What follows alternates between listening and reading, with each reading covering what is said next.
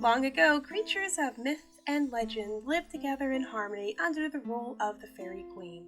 Not everyone was happy in this magical realm. An evil wizard named Leroy sought to steal the Queen's powers and use them to gain immortality. He was easily defeated by the Queen, but he was not ready to give up that quickly.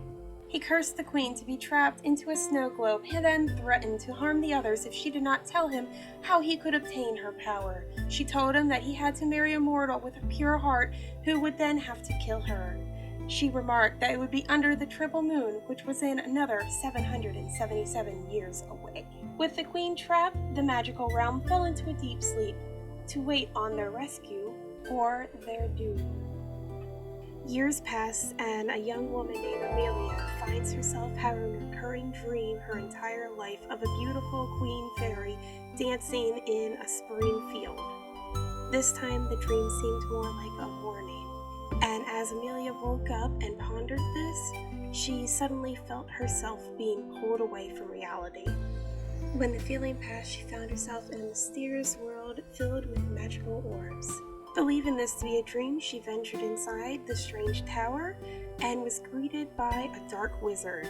He came up to her and told her that he had to marry her in 3 days under the triple moon and she would gain immortality. He then picked up the snow globe sitting on the nearby table and shook it violently. The evil wizard left her in a room with no exit and she cried herself to sleep.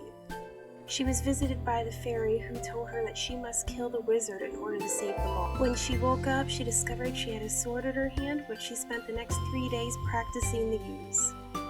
The day of the wedding comes, and the wizard uses his power in order to transform their clothing into a dark wedding attire. The wizard then whisks them away to be wed in front of a giant glowing mushroom. When it's time for her to say "I do," she says "I don't." Instead, she pulls out her sword and begins to attack the wizard. By the end of the battle, the wizard is slain and turns into a pile of dust. With the wizard dead, the fantasy creatures are freed from their eternal slumber, and the Fairy Queen is freed from the snow globe.